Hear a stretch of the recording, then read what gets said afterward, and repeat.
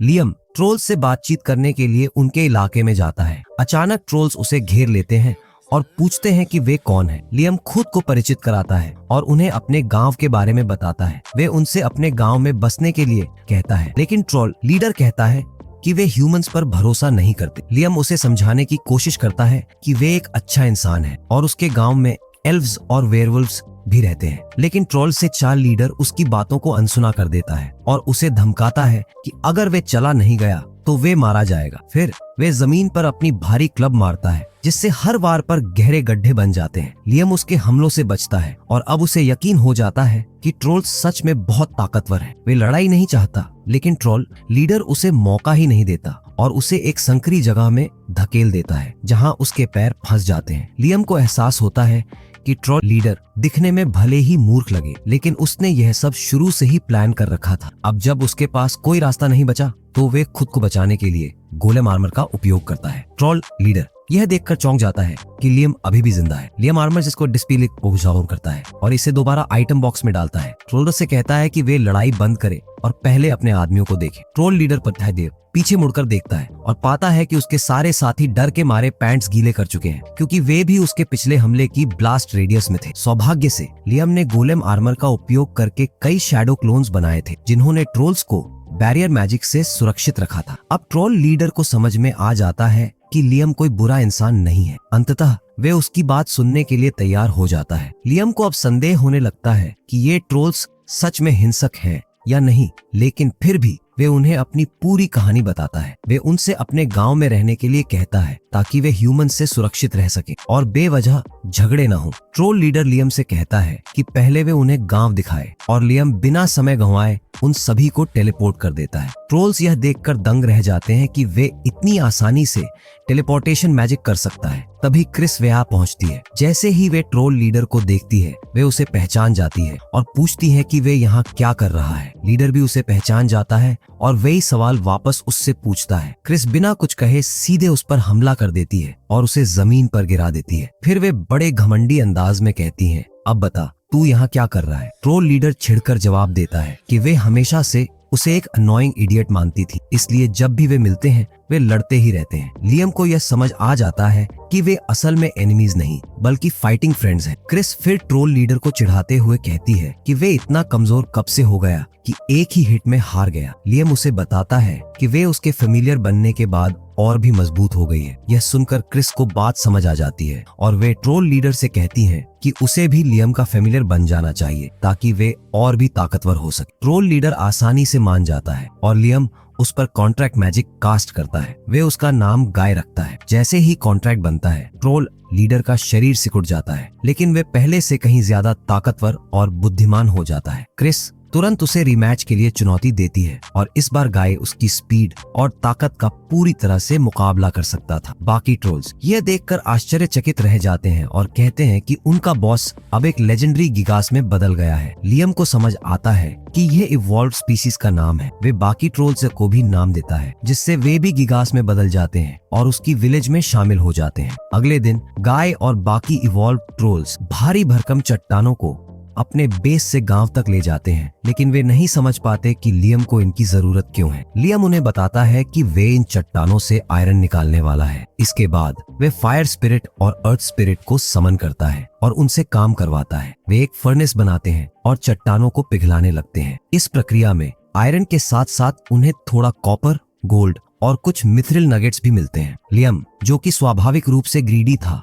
सोचता है कि काश उसे और ज्यादा मिथ्रिल मिल जाता ताकि वे होली बैटल आर्मर्स का मास प्रोडक्शन कर पाता। लेकिन राइडन उसे समझाता है कि उसे जो मिला है उसी में खुश रहना चाहिए, क्योंकि मिथ्रिल बहुत ही दुर्लभ होता है। लियम पूछता है कि क्या वे सिर्फ आयरन से मैजिक आर्मर नहीं बना सकता। राइडन उसे बताता है कि हर आर्मर में कम से कम कुछ मात्रा में मिथ्रिल जरूरी होता है, क्योंकि बाकी धातुएं पावर को संभालने के लिए पर्याप्त मजबूत नहीं होती। लियम फिर भी इसे आजमाने का फैसला करता है। वे अर्थ स्पिरिट को पिघले हुए आयरन को एक मोल्ड में डालने के लिए कहता है और फिर उस पर राइडन्स पावर डालता है। जब मोल्ड टूटता है तो उसमें से एक सन शेप स्टैचू बाहर आती। लियम राइडन को बताता है कि अगर आर्मर का नाम उसकी शेप से मेल खाए तो यह बेहतर काम कर सकता है। आश्चर्यजनक रूप से यह ट्रिक काम कर जाती है। लियम पहली बार पूरी तरह आयरन से बना होली आर्मर बनाने में सफल हो जाता है। इसके बाद वे 15 आर्मर्स और बनाता है और उन्हें एल्फ्स, वेयरवुल्फ्स और गिगाब में बराबर बांट देता है। अगले दिन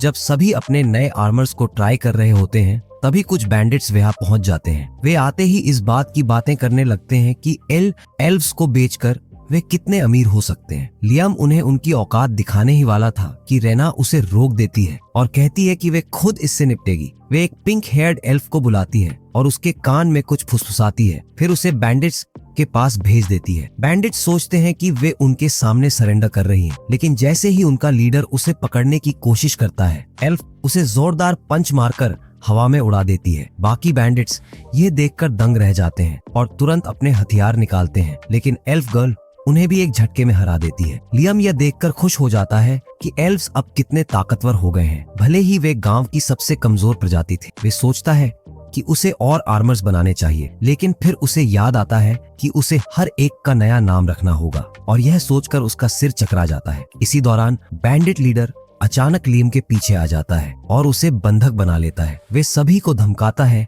कि अगर वे उसे जिंदा देखना चाहते हैं तो सरेंडर कर दे, लेकिन वहां मौजूद हर कोई बस कंधे उचका देता है, जैसे कि बैंडिट लीडर ने अब तक की सबसे मूर्खतापूर्ण बात कही हो। उसे समझ ही नहीं आता कि वे इतने बेपरवाह क्यों हैं। लियम बस अपना हाथ उसकी ठुड्डी की ओर करता है और उसे एक मैजिक मिसाइल मारता है, जिससे वे डर के मारे बेहोश हो जाता है। बाकी बैंडिट्स ये देखकर डर जाते हैं और तुरंत भाग जाते हैं। बाद में लियाम अपनी पॉकेट डायमेंशन में जाता है और वह कुछ वाटर स्पिरिट्स समन करता है। वे उनसे पूछता है कि क्या वे सी वाटर से सॉल्ट को अलग कर सकते हैं और फिर इसे उसके आइटम बॉक्स में स्टोर कर सकते हैं। वे सहमत हो जाते हैं और लियम तुरंत अपने आइटम बॉक्स से समुद्री पानी निकालना शुरू कर देता है। वाटर स्पिरिट्स इसे अलग करने लगते हैं, लेकिन तभी लियम देखता है कि एक स्पिरिट कुछ नहीं कर रही। वे उससे पूछता है कि क्या उसे इंस्ट्रक्शंस समझ में नहीं आई। स्पिरिट जवाब देती है कि वे पहली वाटर स्पिरिट है जिससे उसने फेमिलियर कॉन्ट्रैक्ट किया था और इस वजह से वे इवॉल्व हो गई हैं। अब वे पहले से ज्यादा इंटेलिजेंट और केपेबल हो गई थी। वे गर्व से कहती हैं कि वे अब possesses things in the real world सीख रही है, लेकिन तभी स्पिरिट किंग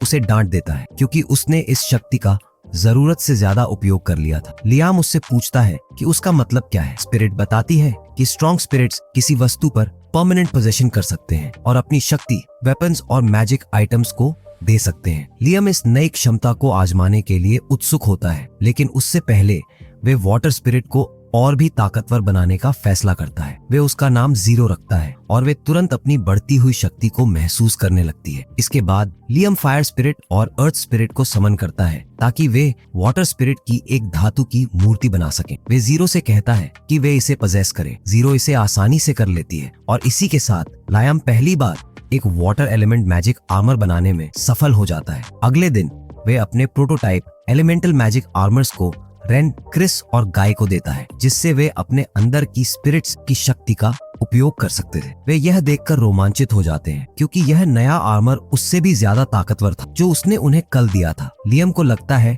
कि उसके प्रोटोटाइप्स सफल हो गए हैं और अगर उसके पास इन आर्मर्स की कुछ और प्रतियाएं हो तो वे अपने राष्ट्र की सुरक्षा कर सकता है। लेकिन राइडन जानता था कि वे खुद को कम आंक रहा है क्योंकि उसकी वर्तमान शक्ति ही उसे दूसरे राष्ट्रों के खिलाफ युद्ध करने के लिए पर्याप्त। कुछ दिनों बाद लियम अपने गृहनगर लौटता है जहां असूना और जोड उसका बेसब्री से इंतजार कर रही थी। वे उसे इस बात के लिए डांटती हैं कि उसने हाल ही में उन्हें उनकी daily dose of vitamin D नहीं दी और फिर उससे पैसे उधार मांगती है क्योंकि वे उनके सभी क्वेस्ट रिवॉर्ड्स अपने पास रखता था। लियम उन्हें इससे भी अच्छा एक प्रस्ताव देता है। वे उन्हें उस पैसे का एक हिस्सा देता है जो स्कारलेट ने उसे राइडन्स एग्जिस्टेंस को छिपाने के लिए दिया था। लड़कियां इतनी बड़ी रकम देखकर हैरान रह जाती, लेकिन वे इसे रख लेती हैं। वे तुरंत शॉपिंग करने के लिए निकल जाती हैं, लेकिन अपने लिए कुछ खरीदने के बजाय ये बेटा सिम्प थॉट्स लियम के लिए एक गिफ्ट खरीद लाती है जो कि पूरे शहर में उपलब्ध एकमात्र मैजिक बुक थी।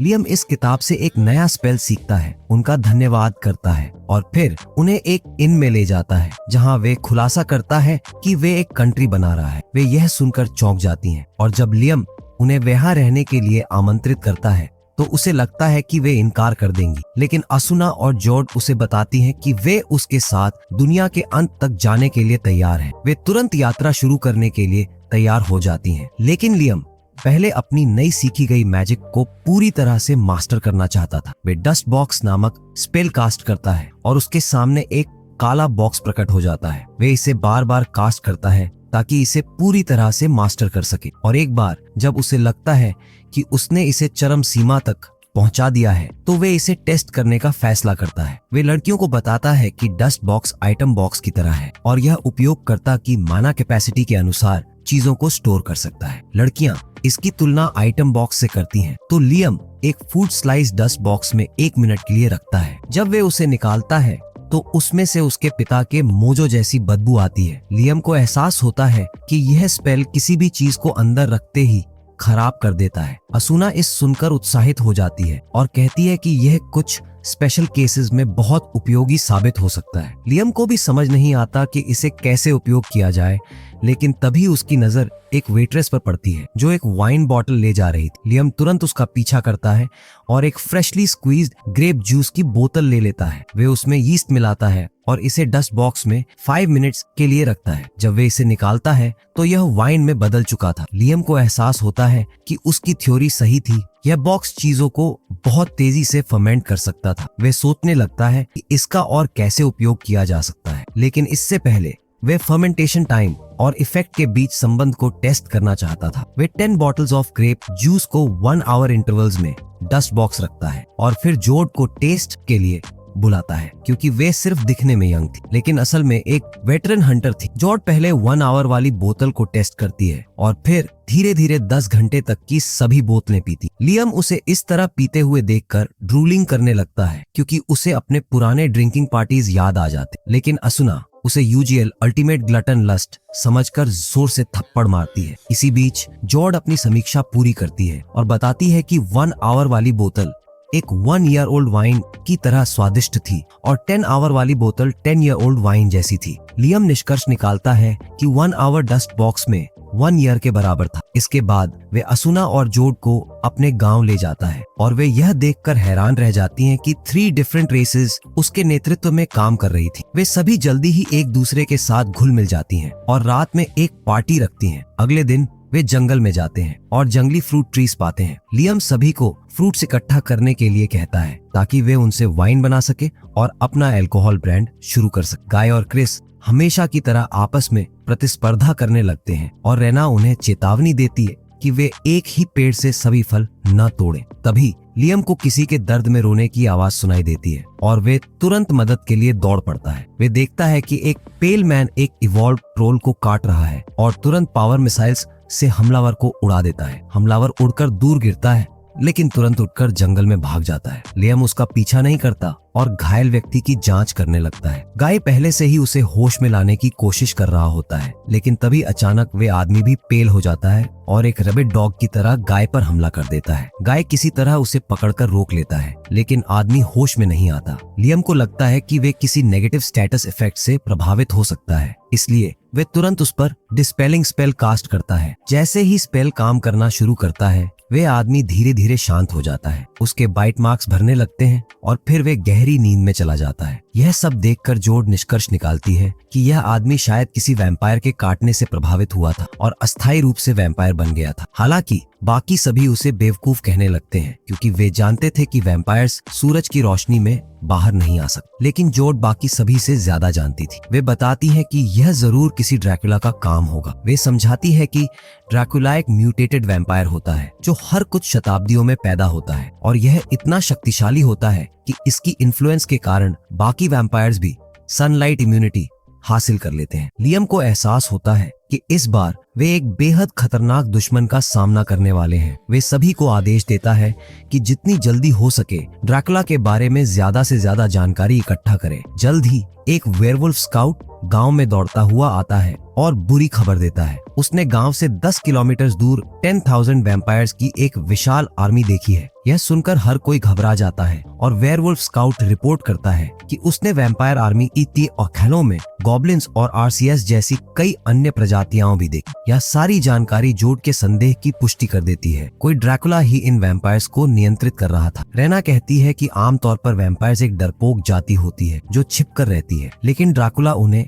हिंसक बना रहा। हर कोई इस दुविधा में पड़ जाता है कि क्या उन्हें इस वैम्पायर आर्मी से लड़ना चाहिए या नहीं, क्योंकि उन्हें डर था कि अगर वे काटे गए तो वे भी वैम्पायर्स बन जाएंगे। लियम पहले सभी आसपास के गांवों को खाली करने का फैसला करता है और अपने सबऑर्डिनेट्स को वहां जाकर चेतावनी देने के लिए भेजता है, लेकिन यह बेकार साबित होता है क्योंकि तब तक कई गांव पहले ही वैम्पायर्स के कब्जे में आ चुके थे। एक व्यक्ति जिसने देखा था कि कैसे पूरे ऑक विलेज को वैम्पायर्स ने हराकर अपने में बदल दिया, बताता है कि इस आर्मी का एक विशेष वैम्पायर लीडर था। सभी वैम्पायर्स उसके सामने सिर झुकाते थे और वे मैजिक का उपयोग करके बैटल में मारे गए वैम्पायर्स को फिर से जिंदा कर सकता था। हर कोई यह सुनकर और भी परेशान हो जाता है, लेकिन लियम कहता है कि उसे पता है कि वे इन वैम्पायर्स को जल्दी से कैसे हरा सकते हैं। वे अपने एलीट सर्वेंट्स को वैम्पायर आर्मी के खिलाफ लड़ने के लिए भेजता है। वे एलिमेंटल मैजिक आर्मर्स पहनते हैं जो लियम ने उनके लिए बनाए थे। रेना वाटर मैजिक का उपयोग करके वैम्पायर्स को डुबो देती है और क्रिस एक्सप्लोजन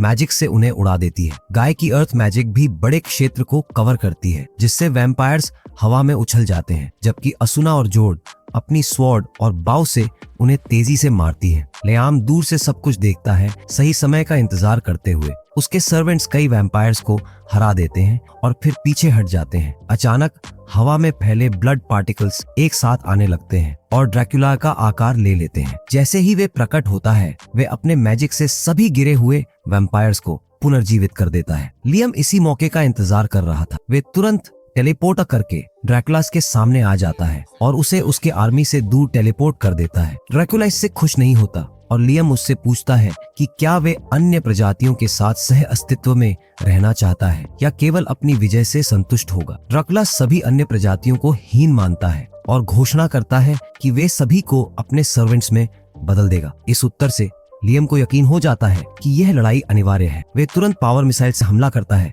लेकिन ड्रैकुला उन्हें आसानी से रोक देता है और फिर लियम के पीछे प्रकट होकर हमला करने की कोशिश करता है। लियम समय रहते टेलीपोर्ट कर जाता है और फिर होली लांसेस से हमला करता है, लेकिन वे भी ड्रैकुला को कोई नुकसान नहीं पहुंचाते। ड्रैकुला तुरंत डस्ट में बदल जाता है और फिर पूरी तरह ठीक होकर वापस उभर आता है। इसके बाद वे फिर से डस्ट में बदलकर हमला करता है और लियम को पकड़ लेता है, लेकिन लियाम ने अंतिम समय में इल्यूशन स्पेल कास्ट कर लिया था जिससे ड्रैकुला ने एक इल्यूशन को काटा था, न कि असली लियाम को। अब लियाम को लगने लगता है कि वे कोने में फंस चुका है। उसे लगता है कि उसे गोलेम आर्मर का उपयोग करना चाहिए क्योंकि इससे उसे जबरदस्त पावर बूस्ट मिलेगा, लेकिन यह उसे बहुत जल्दी थका भी देगा। वे इसे अंतिम उपाय के रूप में बचा कर रखता है और तब तक ड्रैकुला पर सामान्य मैजिक अटैक्स करता रहता है, लेकिन कुछ भी काम नहीं करता। वैम्पायर बॉस बार बार डस्ट में बदलता और फिर अपने ओरिजिनल फॉर्म में लौट आता। वे लियम को बताता है कि उसके हमले उसे चोट नहीं पहुंचा सकते क्योंकि वे पहले से ही डेड है और अपने आसपास की लाइफ फोर्स की मदद से अनंत रूप से पुनर्जीवित हो सकता है। इसके बाद ड्रैकुला घोषणा करता है कि लड़ाई खत्म हो चुकी है और वे लियम पर झपट पड़ता है, लेकिन लियम को आखिरकार उसकी हार का तरीका मिल जाता है। वे तुरंत डस्ट बॉक्स समन करता है और ड्रैकुला को उसके अंदर कैद कर देता है। ड्रैकुला जितनी भी कोशिश करता है वे डस्ट बॉक्स की दीवारों को नहीं तोड़ पाता और धीरे धीरे वे गुस्से में आ जाता है। लियम को याद आता है कि वे जीवित चीजों को डस्ट बॉक्स में नहीं रख सकता, लेकिन ड्रैकुला ने खुद दावा किया था कि वे पहले से ही डेड है, इसलिए वे इस नियम से बाहर था। अब लियम देखना चाहता था कि ड्रैकुला बिना किसी लाइफ फोर्स के कितनी देर तक जीवित रह सकता है। पूरे 10 घंटे बीत जाते हैं और तब जाकर डस्ट बॉक्स को प्रतिक्रिया देता है। रात में डस्ट बॉक्स लियम को संकेत देता है कि ड्रैकुला अब सस्पेंडेड एनिमेशन की अवस्था में पहुंच चुका है, जिसका मतलब था कि वे अब केवल एक वेजिटेबल्स था। लियम को राहत मिलती है क्योंकि वे जानता था कि उसने आखिरकार जीत हासिल कर ली थी। So this is it for our today's video. If you have liked this video, please hit the subscribe button and comment your best part of the video. Till then, see you in next video. But don't forget to like the video.